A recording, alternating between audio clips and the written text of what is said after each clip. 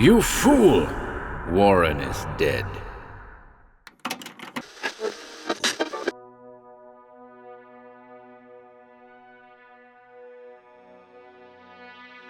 Welcome to HorrorBabble. At last, after being forced to delay it on several occasions, we're back with a new Peter Van Melsen adventure, The Wolves of Wombleton. In the story, our intrepid PI finds himself drawn into a strange set of circumstances surrounding a wild dog attack in the quiet North Yorkshire village of Wombleton. See the video description below for a link to the Van Melsen playlist. Artwork by our very good friend Darren Riley. We hope you enjoy this one, folks.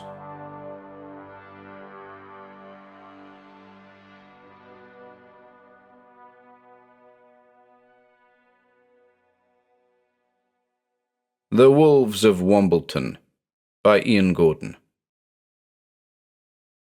The following account was mailed to a Cumbrian cryptozoologist in November 2019. The recipient, Wyndham Phipps, requested the account after learning of the paranormal investigator Peter Van Melsen's curious adventure near the North Yorkshire village of Wombleton just a month earlier. Dear Wyndham, how good it is to hear from you, old friend. And of course it would be my pleasure to put pen to paper regarding my recent visit to that quiet spot, but I must stress that caution be exercised in terms of what you intend to do with the information provided. There could be consequences, severe consequences. Keep this in mind as you read on. Where shall I begin, I wonder? If we were face to face for this telling, I'd dispense with the regurgitation of facts all too clear to you. But, as you know, I'm a detailed devil, and would like to kick things off with some particulars, if you'll permit me. Here in Yorkshire we've a number of cryptids and ghouls, but of special interest to this case is the humble Barghest, sometimes Burgeist, German for mountain ghost. Aside from the Barghest's frequent appearances at Troller's Gill near Grassington, the fabled black dog has been said to roam the alleys and snickleways of York in quest of healthy throats. Hardly news to you, old friend, but it's important to note that, like the vampire, our ghoulish hellhound and occasional shapeshifter is allegedly incapable of crossing brooks, rivers, streams, etc. This point will become important later. Well, the story proper began with an urgent knock at my door in Rosedale. The unexpected caller was a chum of mine, a young lady by the name of Ellen Moore. The two of us have had our fair share of adventures together, her visit that October afternoon triggering the latest. "Peter," she called the instant I opened the door, "what do you know about the Helmsley Dogman?" "Excuse me?" I replied, a little taken aback by the intensity of her outburst. "Wombleton," Ellen continued, her emerald eyes wide with purpose. "The Dogman, less than an hour ago." Suitably charmed, I invited her in, and, over a very hastily prepared pot of tea, listened to the events that had culminated in Ellen's eager thumping at my door. As it transpired, my chum had been out for lunch with friends at the Plough Inn, Wombleton's wonderful 15th-century public house. At a little after 1 p.m., a commotion outside attracted the attention of several patrons, and, before long, Ellen, her friends, and several others were jogging in the direction of Flats Lane, spurred on, as it were, by the blood-curdling howls of a young man. The man, a Wombleton resident, had been bitten, he claimed, by the Dogman. "The Dogman!" the lanky local had yelled, blood gushing from a nasty-looking wound about his abdomen. "Took a piece out of me." The small crowd that had gathered around the man met his claim with a healthy dose of skepticism, with the exception of Ellen, who, with her eagle eye, had already located the youngster's assailant, a dark shape on all fours, fleeing northward across a tract of open farmland. "There!" Ellen had yelled, her arm aloft, pointing towards the distant figure. A succession of gasps followed, as locals and tourists alike sought to identify the fleeing creature. A large dog? A big cat? A grey wolf? What on earth could the thing be? The emergency services were immediately summoned, while the victim's wound was tended to by an older lady who claimed to be a veterinarian. Someone was ordered back to the pub for a bottle of vodka, which was promptly applied to the youngster's wound, resulting in a great deal of pain for the poor fellow lying on the grass verge. Ellen winced as the vet wrapped the man's midriff with a scarf, shriveled at the thought of the monstrous mouth that had gnawed at the hapless chap. "The dog man," the youth continued to mumble, rapidly losing consciousness, "took a piece." It was then that Ellen bid farewell to her friends, hopped into her car, and sped over to Rosedale. "And it was heading northward?" I asked. "Yes," she confirmed. "Must have crossed the A170. I wonder if anyone else saw it." I mused, climbing to my feet to study a map of the area I keep on the wall of the library. "Can you describe the creature for me?" Ellen shrugged her shoulders before saying, "It was big, really big, like a huge wolf, all dark hair and—" My young friend hesitated, as though she was on the cusp of retrieving an elusive memory. "And?" I prompted. "And its coat glistened," she added. "Yeah, like it had been through a puddle or something. The injured lad was damp and muddy as a result. And there was a smell, we all noticed it. You know, like wet dog. Nasty." I acknowledged her with a simple nod. "You asked me what I knew about the Helmsley dogman," I said, eyeballing the map in front of me. "Uh-huh," Ellen muttered, joining me by the map. "Well," I continued, "I once read a report pertaining to a curious sighting at St. Gregory's Minster. Right here," I said, indicating the location of the church on the map. "As you can see, it's just north of Wombleton, a mile or so at the most." "What kind of sighting?" Ellen asked. "More than just a sighting, really," I went on. "It's connected to a cult." And with Ellen listening, red cheeks aglow on her pale face, I told her all about the cult of Yana. "I'm going to assume you haven't heard of this particular cult, old friend. It isn't discussed often, and with good reason. Let me tell you what I told my young chum. According to a little-known Slovenian legend, there was once a creature that stalked the banks of Lake Bled, a shape-shifting being that for all intents and purposes would be classified today as a werewolf. Large and black, this thing would emerge from some hidden place every 3 to 4 weeks and prey upon those brave enough to stroll by the moonlit waters after dark. Residents of the town of Bled lived in fear of the beast, owing to the fact that many moons earlier, a band of farmers, driven to rage following a volley of attacks on their livestock, had set out one evening in pursuit of the strange and lone wolf they believed to be responsible. The creature, monstrous but timid, some later said, was driven into the mountains, forced into the gorge known as Vintka, where it had drowned in the torrential waters of the Radovna River. Had the beast returned to exact revenge? For those it preyed upon in all cases shared familial connections with the men and women who had driven the lone wolf to its doom. In time, the attack stopped, and the thing was never seen again. This potentially due to the beast having settled the score. And it was in the years that followed, continues the legend, that the cult of Yana sprang into existence, individuals dedicated to the re-emergence of a mythical being.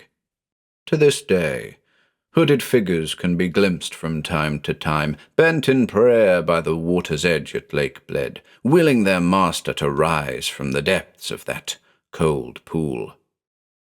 But what does a cult in Slovenia have to do with a church in Kirkdale?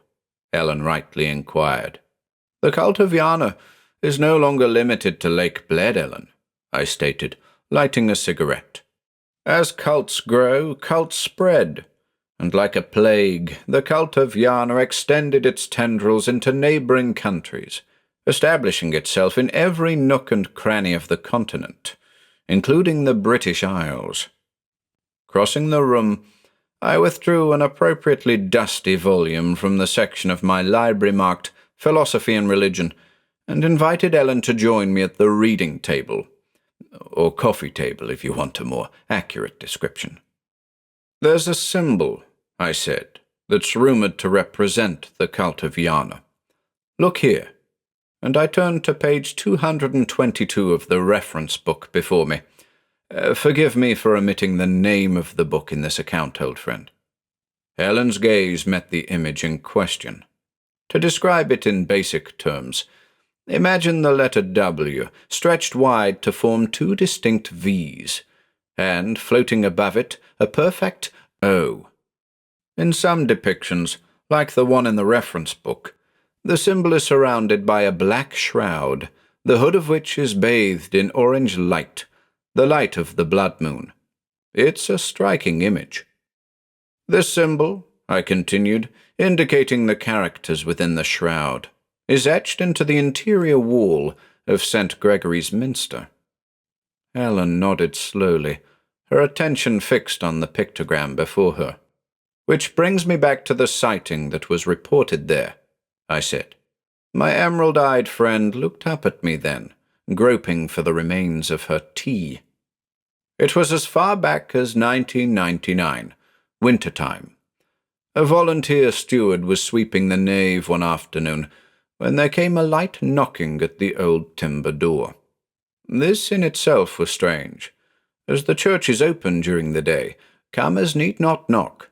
Still, the steward was compelled to answer the summons and made his way to the door. As I told the tale, I felt the old shivers travel up my spine, felt the need to clutch for the remains of my cup of tea, too.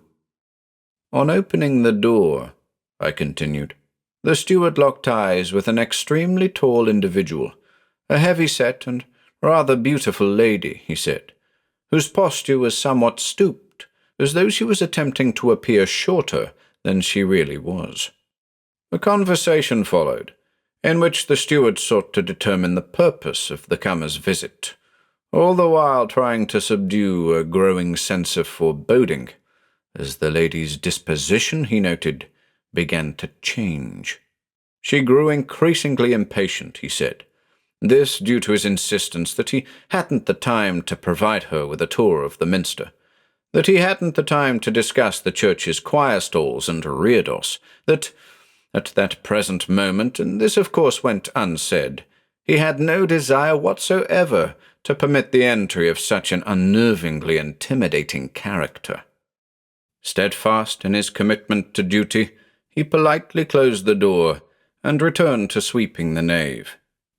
The knocking continued for a while thereafter, a knocking that gradually altered, from the distinct sound of knuckle on wood to a more muffled clatter, that of a gloved fist or fur-covered— "I think I get it," Alan blurted, anticipating the conclusion. "The lady was, what, a werewolf?" "You said it," I answered, half a smile on my face. Alan expelled a bellyful of air before saying, "I sure did." "The steward," I continued, "said that he felt the caller had been attempting to canvass the place, that the strange lady spent most of their exchange peering over his shoulder to get a better look at the church's interior. What was she looking for? And why knock at all if the door was open? Beats me, Alan, but whatever the case may be, I think we'd better head over to Wombleton. If there's a connection between what you saw today and the thing that visited St. Gregory's back in '99, I'm sure we'll find it.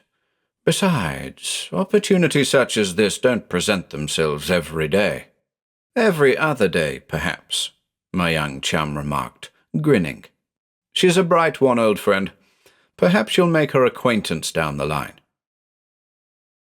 Off to Wombleton we went, in Ellen's little car. Our first stop was Flats Lane, to study the scene of the attack. The young victim was long gone, transported to the hospital in York for urgent treatment. A few curious locals still lingered, though, all of which were stood about, exchanging stories and theories. "What happened here?" I asked, pushing Ellen's account to one side for the nonce. A burly character in a flat cap barked, "Young 'un were chomped," followed by the high-pitched tones of a pink-haired senior. "It were Dogman 'at done it." "Dogman, aye," echoed the man in the flat cap. "It's been roaming the place a few days now," added a spectacled teenager. "It was seen rummaging through bins at the recycling centre." "Who are you, anyway?" barked the pink-haired lady. "Just a concerned citizen," I remarked, looking to Ellen for support. "I was here earlier," she stated. "I saw the—" and here she wavered, "thing running away." "Aye, we all saw it, love," said the burly chap. "And it'll be back tonight." "You think?" Ellen asked. "It's had a taste now, love. Mark my words." The locals were understandably agitated. The interloper had been little more than an old wives' tale prior to its attack on young Michael Dean. There was talk of going after the thing, guns blazing, plans to lure the creature into a trap. Several voiced the idea of spending time with family in other parts of the country. Whatever the outcome of their discussions, I felt it pertinent to acquire a head start. From the way the residents were talking, it seemed unlikely to me that any of them were aware of the volunteer steward's report of a giant wolf-like lady at St. Gregory's Minster in '99, but one should always err on the side of caution. "Let's get out of here," I whispered to Ellen. "Where next?" she inquired. "The church?" Nodding in the affirmative, we returned to Ellen's car and made our way to Kirkdale. I wasn't aware of it at the time, but one of those hysterical Wombleton residents paid close attention to our departure. Now, I have to say that it wasn't my first visit to St. Gregory's. Antiquarians like myself are drawn to such places. How could I resist the lure of an 11th century church nestled in a tree-lined valley, a true escape from the hustle and bustle of cities, towns, and villages alike? One feels completely removed from civilization when in the presence of the minster, which, as I've said many times before, is why I'm always at peace when visiting yourself on the outskirts of Penrith, old friend. But back to the tale. We parked outside the entrance to the cemetery, where Ellen and I noticed only one other car in the car park. Twilight was upon us, and an eerie purple light danced atop the tree line as we strolled between the old stones. Something was amiss. I sensed it. Ellen sensed it. And as we neared the church, our forebodings were intensified when we saw that the old timber door was wide open and a low, barely audible moaning was coming from within. A terrible smell was in the air, the pungent whiff of wet dog. We entered the church, crossing the shattered threshold. The door had collapsed under some sort of pressure, the cause of which we were about to discover. Lying on the cold stone floor was the mangled form of a volunteer steward. With the expulsion of his final breath, the ailing victim, a frail figure of a man, managed a single word: Yana. I later learned that the victim was a man from neighbouring Beedlam called John McConnell. His 60-something years lay in a heap on the ground, legs askew, one arm bent beneath him, the other clutched at his throat. A pound of flesh had been gnawed from the poor fellow's neck, some of the jaw comprising the monstrous mouthful. Bloodshot eyes stuck out on stalks, the wispy and noticeably slick grey hair atop his head standing on end, a testament to the abruptness of the horrendous assault on his slender body.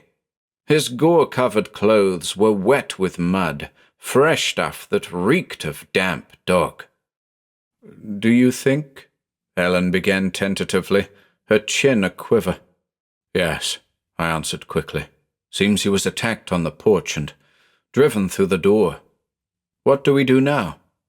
Lighting a cigarette with trembling fingers, I said, "Let's have a look around." We studied the fallen form of John McConnell. I'm sure we both felt a little trepidation, but there was nothing we could do for the man at that moment in time, and to call the authorities prematurely would undoubtedly hinder our search of the church. "Is that the symbol?" Ellen blurted, pointing to what I knew to be the Cult of Yarna symbol above the shattered door on the interior wall. "It is," I confirmed, and the penny dropped.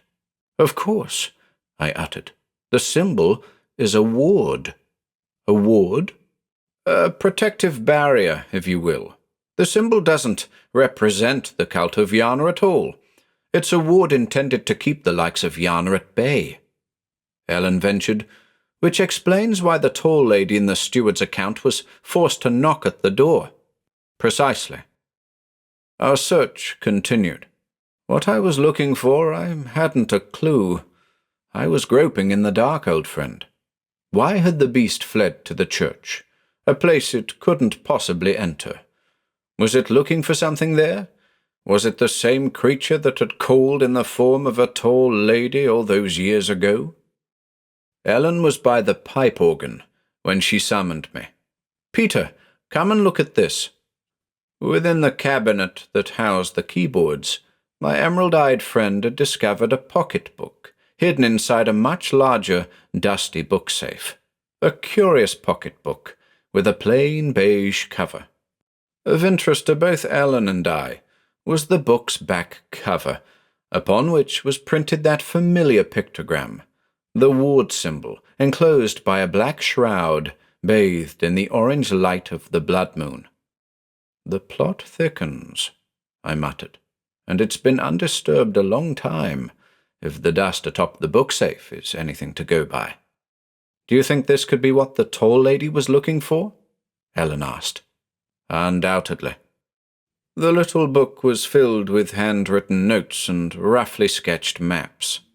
Several notable locations caught my eye. A stretch of the Wye Valley, Herefordshire, a portion of the Vistula River near Krakow, Poland, and the aforementioned Vintga Gorge near Bled, Slovenia. Most interestingly, though, was the inclusion of a local stream, Hodge Beck, a tributary of the River Dove, flowing down from the moors.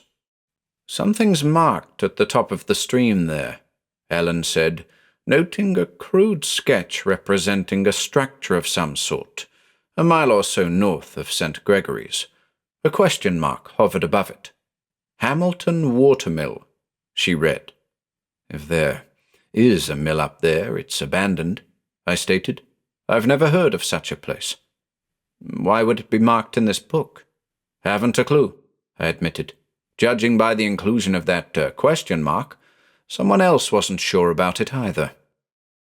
We took the decision to contact the authorities then. We were questioned with regards to our presence at the Minster that afternoon, but were rapidly acquitted of any wrongdoing due to the condition of the victim. Naturally, the attack on Michael Dean in Wombleton and the death of John McConnell were attributed to the same assailant, the assumption being, thanks to the frantic ramblings of the residents of Wombleton, that a large dog was most likely responsible in both instances. How simple and satisfying such a reality would have been. It's important to note at this juncture that alongside the authorities were a number of spectators. Nothing surprising there, other than the fact that I recognized one of them from the crowd in Wombleton, the pink-haired senior with the shrill voice. Only this time she wasn't quite so hysterical. In fact, she displayed no emotion whatsoever as she watched Ellen and I depart. There was something about her, old friend, and it wasn't the last time we'd see her that day. But I'll get to that. Later, in Rosedale, Ellen and I sat in the quiet solitude of my library, enjoying a pot of Darjeeling. And I should mention it, I cooked us up a pot of pay wallop. How long has it been, old friend? My young chum wolfed it down, I can tell you. Perfect with a slice or two of buttered sourdough. After dinner, we spent a bit of time trawling through books. We were on the lookout for references to Hamilton Watermill, or a mill of any kind located due north of St. Gregory's Minster. Finding no mention of it, we turned our attentions to the curious pocketbook. "Do any of these notes mean anything to you?" Ellen asked as we scoured its limited pages. "I'm afraid not," I said, shaking my head in puzzlement. "Our only option is to attempt to gain access to this purported mill," I added, flipping once more to the page on which the rough map of Hodge Beck was sketched. "I was hoping you'd say that," came Ellen's expected response. She grinned as she said it, and I have no problem admitting that I grinned back. The illustration of Hodge Beck indicated a spot off Starfit's Lane that seemed to suggest a potential parking area, which, with a bit of luck, would bring us within a mile of the sought-after mill. Looking at Ellen, I asked, "Are you happy to drive us there in the morning?"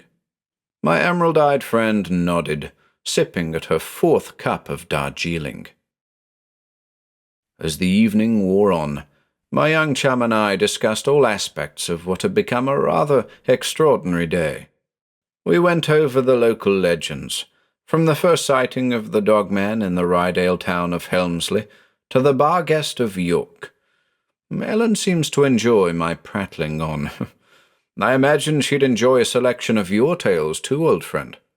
Parallels were drawn between the dogman and the creature Ellen had glimpsed fleeing from Wombleton, but I pointed out that the two beasts were unlikely to be one and the same, as the dogman had been described as a shaggy bipedal animal.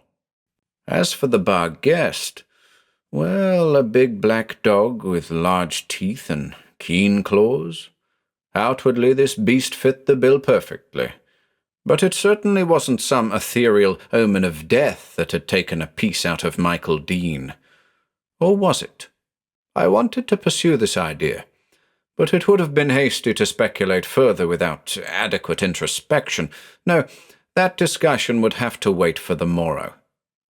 And then, just before midnight, there came a light tapping at my door. This, old friend, would have been unsettling any day, but after the day Ellen and I had had, that knocking brought with it a disconcerting measure of horror. "Are you expecting someone?" Ellen asked, her voice barely above a whisper. "At midnight?" I returned, my eyebrows raised. Ellen shrugged her shoulders. "There are stranger things than midnight callers, Peter." "True," I said, climbing to my feet. "But I have a feeling that this particular midnight caller probably is one of those stranger things." We managed to chuckle then, before the pervasive veil of dread once again lowered itself over the cottage. I spent what felt like 1,000 years creeping through the cottage, Ellen at my rear, the two of us taut with tension. The knocking came again. We crept into the hall by the stairs and edged along the shadowy passage towards the door. Outside, the street lamp which towers above my humble abode cast its yellow light on the door, and there beyond the thin frosted pane inset we saw the silhouette of a figure, a stooped figure, familiar somehow. We stopped in our tracks, as before our eyes the figure began to expand. "What the hell is it?" Ellen managed from her position behind me. I simply shook my head, then held my breath as a terrible sound filled the night air. The dark head of the figure tipped backwards, revealing the outline of a long muzzle, and it was from that weird conical shape that horrible cry had sounded, a frightful, shrill howl filled with tenacity. "It's a call," I whispered, "a call to the others." Promptly, Ellen shuffled away from me, and returned moments later clutching the small pocketbook. "What?" I began, as my emerald-eyed friend rushed past me and approached the front door. She took a deep breath and yanked the door open, coming face to face with the statuesque horror standing there. A gigantic, fur-covered beast up on its hind legs, the head of a vast wolf, the hair atop of which was pink. "Ellen!" I yelled. The creature ceased its appalling cry, dropped to all fours, and gazed at my young friend with ferocious red eyes. Saliva spilled from sagging jowls as uncanny vocalization sought to deprive us of our sanity. And then my young friend Ellen Moore shocked me. She held the pocketbook up in front of her, its back turned to face the monstrous shapeshifter at the door. The creature recoiled instantly, as Ellen said quite calmly, "You're not welcome here." I was in awe of the girl who had once been in the thrall of a hidden one. Such confidence, such strength. The pink-haired wolf growled horribly, as rather abruptly it withered before us, becoming something much less than a monster.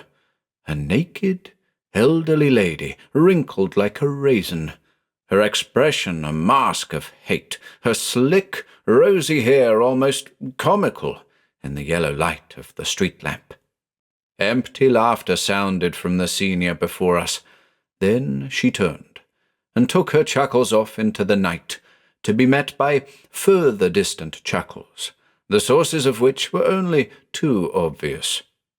On the doorstep below us, a curious, shallow puddle of murky water met our eyes, right where the dreadful shapeshifter had been standing.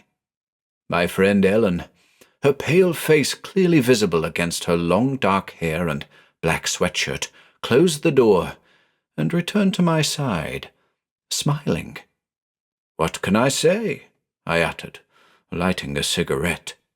Ellen nodded assertively. Then, "Cup of tea?" Well, old friend, it was a queer night that followed. As she had a number of times before, Ellen slept on the daybed in the living room, with me opting for a camp bed in the library. With thoughts of our nocturnal visitor clouding our minds, neither of us were too keen on the idea of being too far separated. On one occasion, the very top of the witching hour I think it was, we were forced from our beds by a terrible screeching in the rear garden. "Did you hear that, Peter?" Ellen asked as she glided into the library. "Hear it?" I replied from my position by the rear window, my eyes searching the coal-black space beyond for signs of life. "I'm astonished it didn't shatter the glass." And what a roar it was, Wyndham, a guttural cry meant to intimidate. Strange sounds dogged us all night, whispers and cackles, forlorn howls and low growls. Things were abroad in Rosedale. Cohorts of the pink-haired lady? A little after 5 a.m., the commotion promptly ceased, the originators of the racket choosing to return to wherever it was they had sprung from. Wombleton, or somewhere further north. Ellen and I managed a few hours' sleep then, before rising at 8. First on the agenda that morning was the preparation of the French press, into which I dumped 4 generous scoopfuls of a fruity Ethiopian blend. I dressed for the adventure ahead, while Ellen helped herself to an almond croissant. Yes, the very same we enjoyed last summer, old friend. My young chum established a driving route that would take us directly to the suspected parking spot off Starfit's Lane, and off we went, with, of course, a number of basic necessities added to my satchel. I'll get to those later. The drive was somewhere in the region of 25 minutes, and as such, Ellen wanted to know everything I could tell her regarding the so-called cult of Yana. If the beasts in our midst bore relation to that cult, then it was essential that I disclose everything I could. Again, forgive me for telling you something you already know, old friend, but here's the conversation that followed. "Well," I began, It all comes down to what is known about the creature at the heart of the cult, Yana. What is known about Yana? Ellen asked, negotiating the quiet country lanes with great care.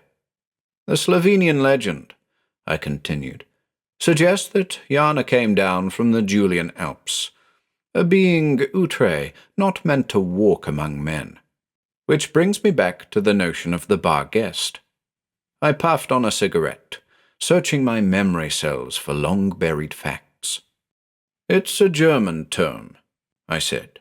Burgeist, or mountain ghost. Stands to reason that a creature fitting the description of the bar guest would have its origins in the mountains, deep in the mountains at that. Deep in the mountains? Ellen asked for clarification. Well, my feeling is that Yana is more than just a Burgeist. It's a rover of subterranean passages, an occupant of the inner earth, loosed somehow from a world of shadows and firelight. Ellen shuddered at this description.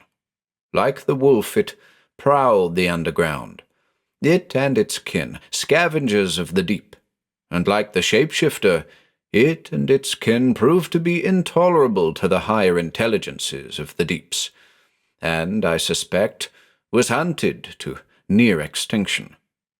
Yana's the last of its kind? My young friend hazarded. I'm postulating, I went on.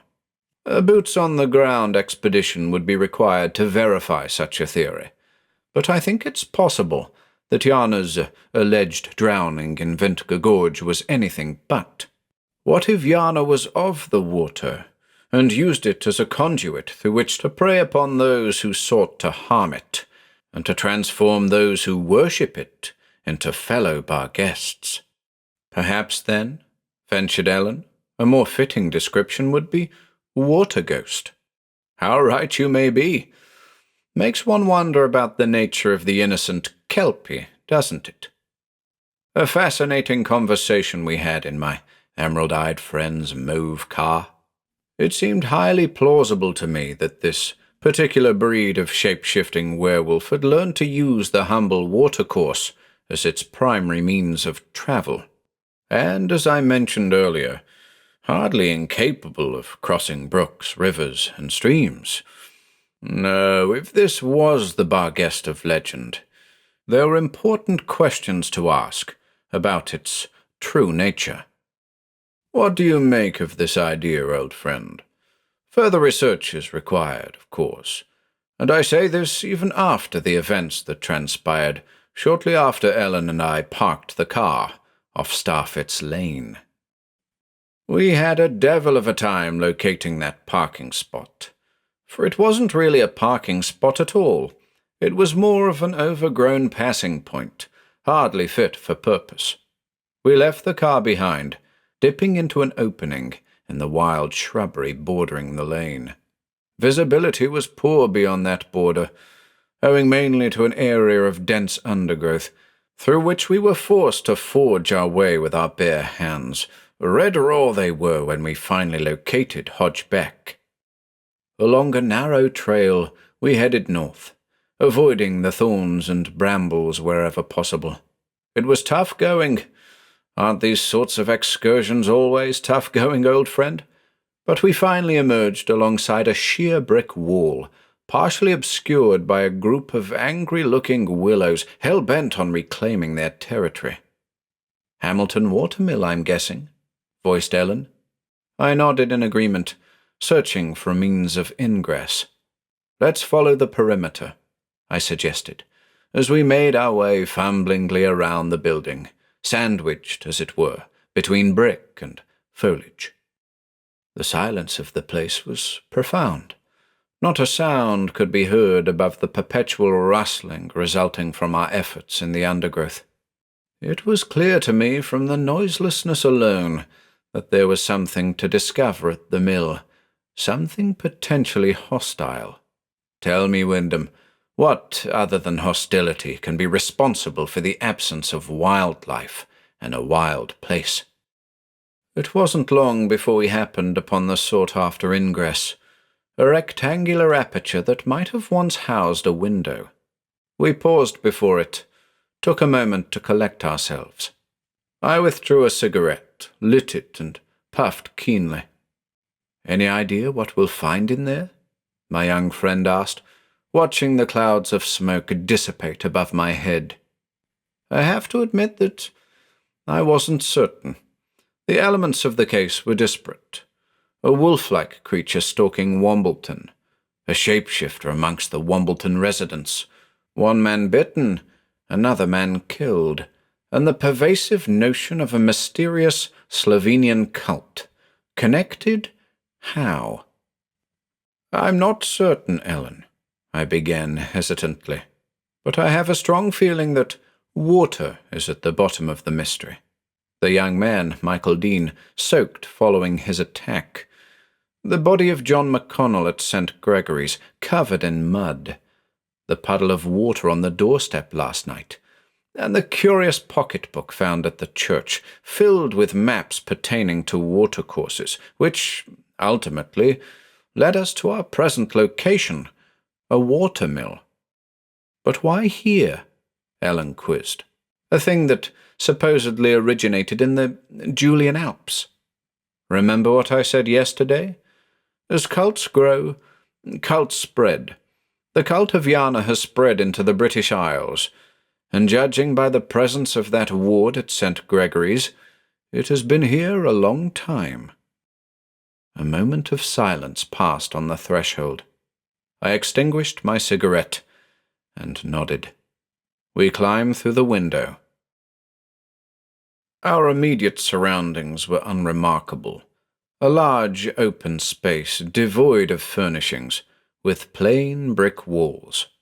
Light streamed in from other, higher apertures, like spotlights on a stage, each opening permitting the advance of limbs and leaves belonging to overhanging trees, the extended arms of willows, clutching, or dare I say shielding, the time-worn structure from the world at large.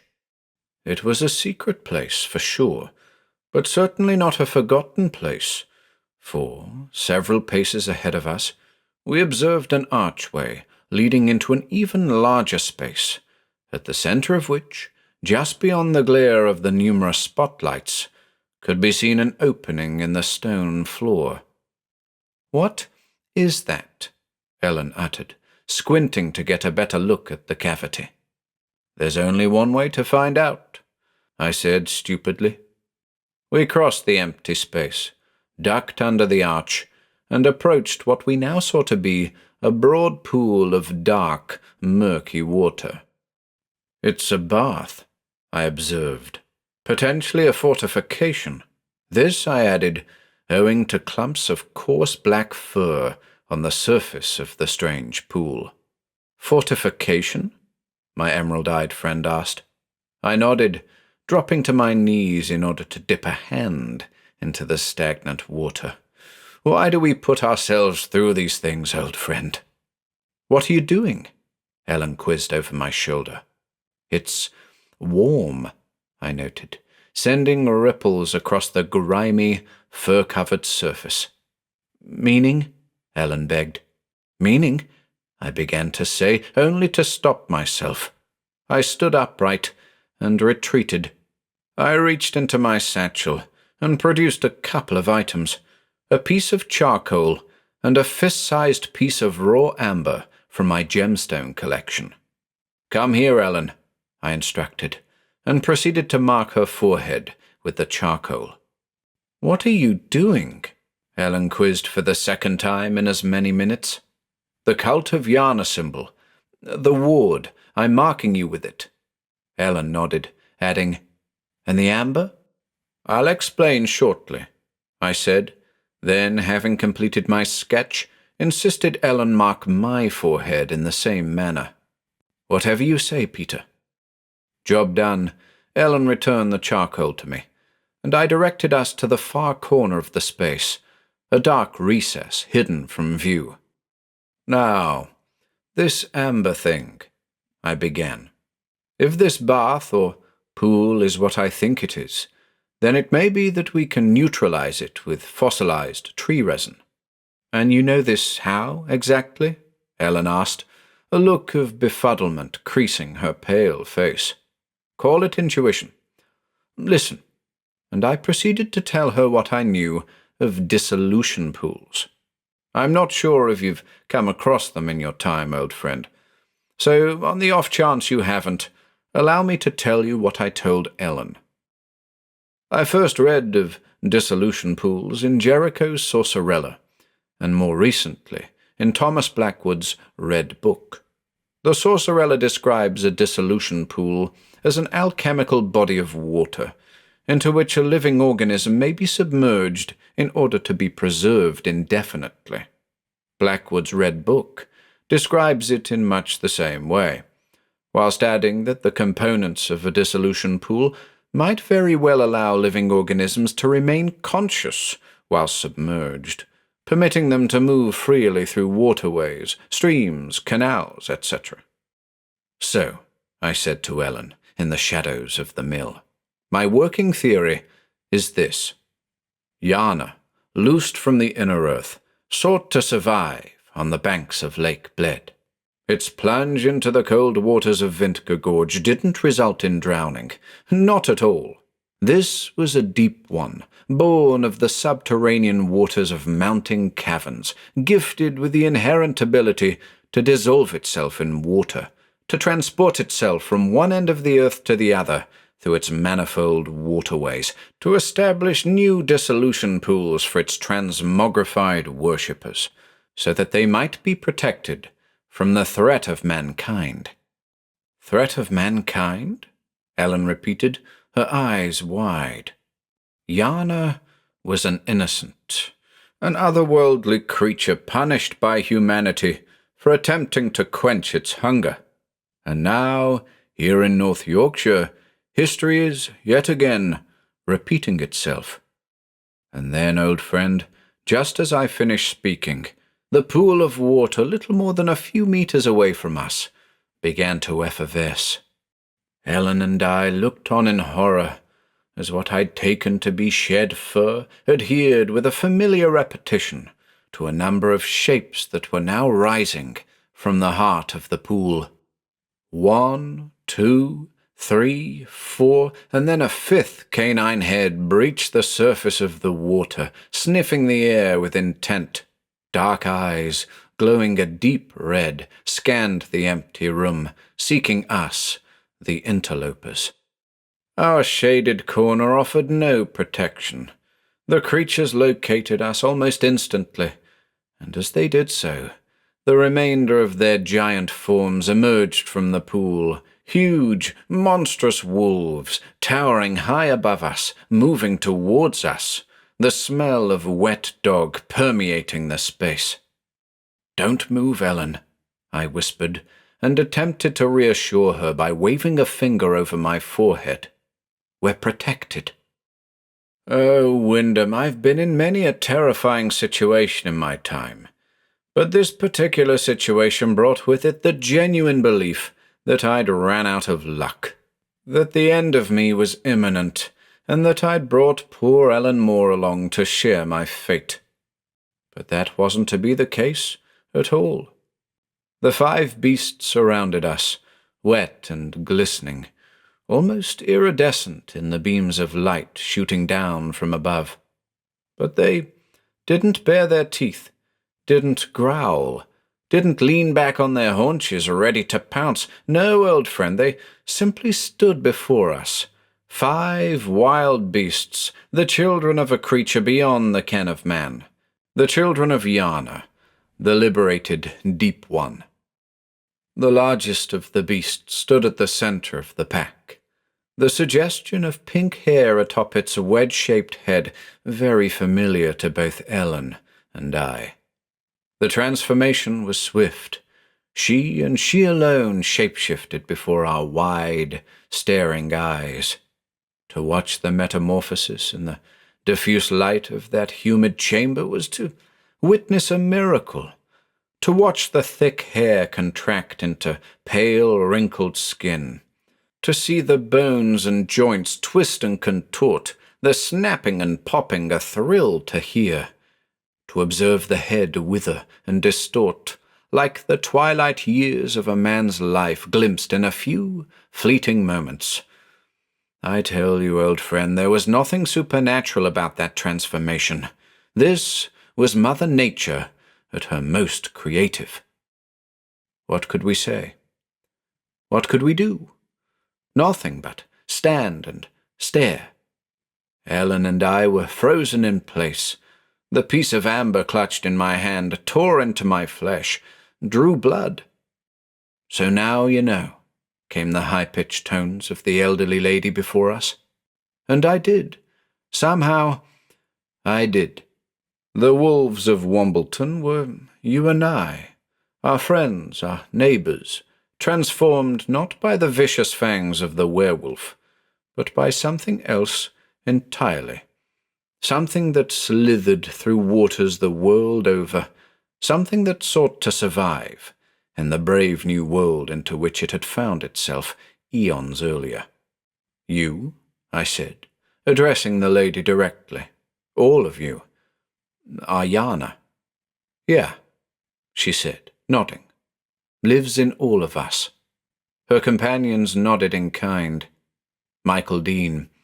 He learned your secret, didn't he? Yeah, the naked lady said again. Threatened to go after Nolia with rifle. She gestured towards the shortest of the wolves, standing at the back of the pack, head cowed. And the steward? I pressed. What did he do? The pink-haired lady sighed.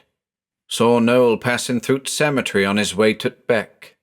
They're keepers at Faith. Steward wanted to have him.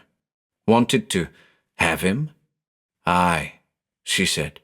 Keepers at Faith don't need no rifle to hunt us down. Noel did what he had to. What about this? I said, and reached into my satchel to retrieve the little pocket-book. The pink-haired lady's eyes lit up as she saw it. You've been searching for this, haven't you? She nodded eagerly. They've been tracking us for years, she said, gloomily. Found it at the church, did you? Yes, I confirmed. It's been there many a year. None have ventured up here, though. Till you two, that is. Something like fear crept into the lady's eyes. I handed her the book. She took it, and I shivered as her calloused hands brushed against mine, hands that only moments before had been covered with wet, matted fur. The wrinkly matriarch smiled then, a cold, sombre smile, and I sensed that our conversation was at an end. Thank you, came her parting words. She turned, and in a matter of moments had returned to the pool with her companions. As the figures sank into the murky waters, Ellen and I watched in awe as the pocketbook, clutched in the hand of the pink-haired lady, slowly dissolved, like sugar mice in rain. The stretch of silence that followed our outre encounter seemed to last an eternity. We simply gawped at the dissolution pool, and I know that both of us pondered its depths. What would it feel like to be overtaken by Yana, to be transmogrified as those five and assuredly many, many others had been? To tell you the truth, I was shocked. Had the pink-haired lady's visit the previous night been simply a courtesy? The display thereafter, the cries and howls that dominated the silent night, an attempt to dissuade Ellen and I from learning the truth? I had no choice but to light a cigarette. The clicking of the lighter resounded a dozen times, calming me somewhat. Their victims. This from Ellen, her sharp eyes locked on the pool, her thoughts high above the earth, pondering the nature of life on this little blue sphere. I nodded in agreement, puffing away at what I was mortified to learn had been the last cigarette in the packet. Let's get out of here, I said, returning the piece of amber to my satchel. We left the way we came, which unfortunately meant that we were unable to get a look at the water wheel or turbine on the way out. I'm a stickler for those things. We returned to Rosedale, and, as is my wont, I filled a teapot to the brim for the two of us.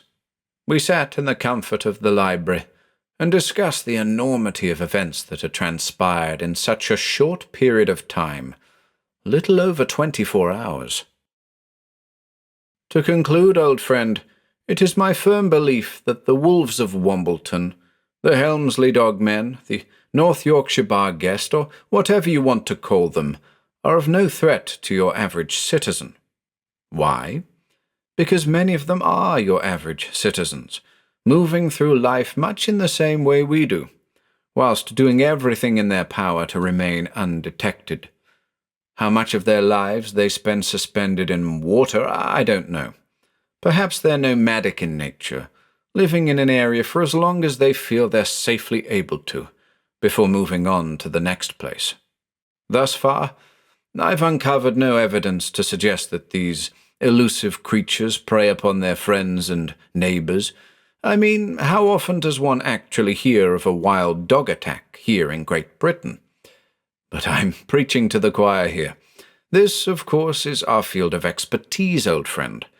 We're both well aware of what's out there and where the real dangers lie. As for Yana, could it really be that Yana exists in all of these creatures, responsible for their lycanthropy and their ability to dissolve in water?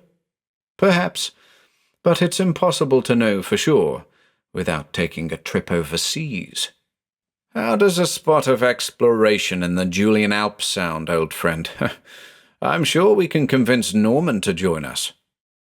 But never mind that for now. Have I told you everything you needed to know? Can I rest assured that you won't take matters into your own hands and attempt to pay these creatures a visit? Keep in mind what I said at the very beginning. Caution should be exercised in terms of what you intend to do with this information. There could be consequences, severe consequences. If threatened, the children of Yana will defend themselves. Should you seek them out, as a precaution, be sure to mark yourself with the following symbol. I imagine we'll speak again shortly. Yours faithfully, Peter.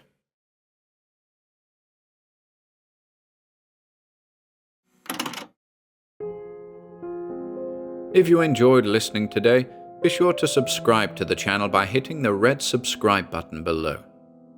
After doing so, click the bell icon next to the subscribe button to receive new content notifications. If you'd like to support our work and receive exclusive perks, consider becoming a channel member by clicking the join button below. To support us in other ways, see the video description for links to our Bandcamp and Patreon pages, our merch store over at Teespring, and further information relating to our releases on Audible, iTunes, and Spotify. And until next time,